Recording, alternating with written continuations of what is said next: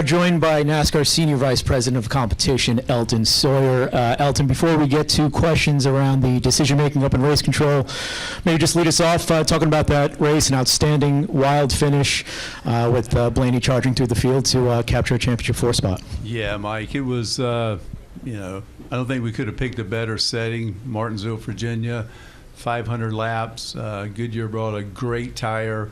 You start off, you've got the 11 car starting at the back, working his way up. We've got a lot of passing, different strategies. And what Ryan Blaney did today shows the real grit of a champion like he is. I mean, if you go back last year, I think he finished second at Homestead, came to Martinsville, won the race, and we know what happened in Phoenix. So excited to get to Phoenix next week. Thought our competitors, the playoff system,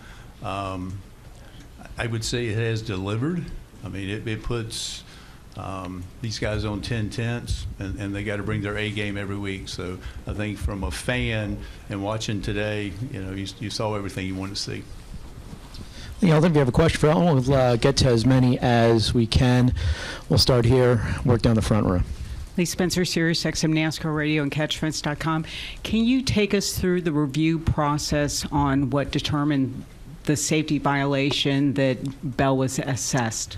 Yeah, Lee, we obviously we look at all the video, and as I back up on that, and you go back 2 years ago when we had the situation with Ross here, we went to Phoenix. There was a lot of dialogue with the drivers that's not a move that we want to have to make on the last lap. We were able to get through Phoenix and had a great championship race that year. In the off-season, meeting with the industry, meeting with our drivers, and to a man, that was not a move that they want to have to make. So there was language in the rule book, and when you look at it today, he clearly got up against the fence there in 3 and 4, and rode the fence all the way, off 4 there, and that's strictly to protect our drivers as well as our fans. So yeah, that was pretty straightforward. Jeff.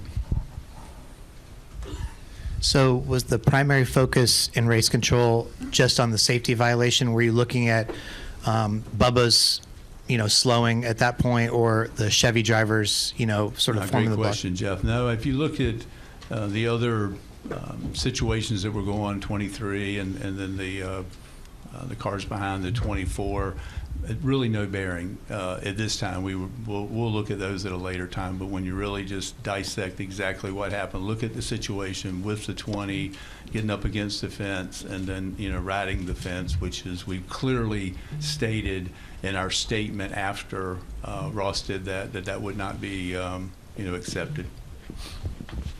Dustin, you have a question? Dustin Long, NBC Sports. Elton, as you move to next week at Phoenix, is there anything that you guys have to do in the next few days to avoid a situation like tonight, where there's a waiting for results or waiting for a determination in the terms of what a 1 and what the couple of Chevy cars did behind the 24, what the 23 may or may not have done situation, so that there is no question when things in Sunday night who the champion is? Yeah, that's a great question. No different this week than any other week. We'll have our debriefings the first of the week.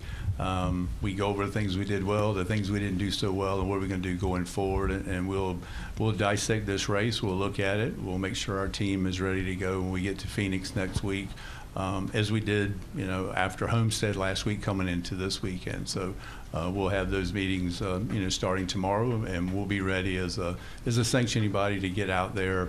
But we have 4 very deserving potential champions going out there racing for a championship. Looking forward to getting out there. As I said earlier, I think it's going to be, a great 3 days there with our trucks and Xfinity and Cup on Sunday. Just the table's set for one of the best championship weekends that we've had in a long time.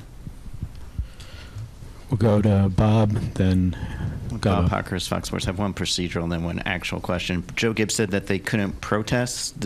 Is that it's true? An in-race violation, and in-race violations are not, protest them. Or it's not appealable, I should say. And No different than an uncontrolled tire or too many men over the wall or anything like that. And Christopher Bell said, this was not on purpose. He didn't mean to ride the wall, that that he hit the wall, but he didn't feel like he made an unsafe move. So I'm curious, did you feel like he did that on purpose to gain position? I'm not gonna speculate on what Christopher did or said what he meant to do. That wouldn't be, that wouldn't be fair to try to make that type of decision based off that. We looked at the data, we looked at video, and we've been very clear based off our conversations with our industry based off that move 2 years ago that would not be tolerated. Jordan, you have a question? Two for me. One, I just want to clarify. Are you guys going to be looking at anything additional about the 23 and then the Chevy cars at all? Or is that? That's Jordan. We'll look at everything. As I said earlier, we want to go back as we would have done anyway. We'll get back. We'll take all the data, video. We'll listen to in-car audio and look at video. We'll do all that as we would any event. And if something is deemed inappropriate, then a potential penalty then would be possible. As I said, we'll look at Sure. it. And then second thing, if you're just looking at the Bubba or the Bell wall thing, it was nothing else. It was 27 minutes, I think it was. Is that a time frame that? What can you explain the time frame and why it was so long there? We want to get it right first and foremost, and we want to. This is not something that happens every week.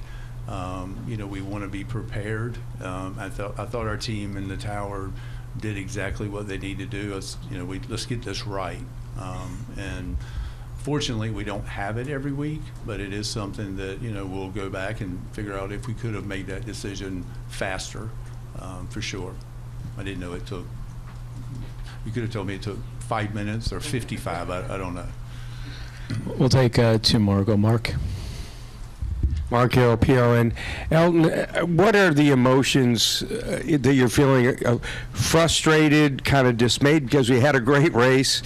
You had a great story with Ryan, passing Chase at the end, and then here you guys are having to make that kind of call to decide the fourth and final guy in the championship for. Yeah, Mark, I think the big thing, again, is you look at the totality of the event. You look from, start to finish. There's a lot of positives that come out of today. And again, Ryan, defending champion, and the drive that he had, and the cars that he had to pass.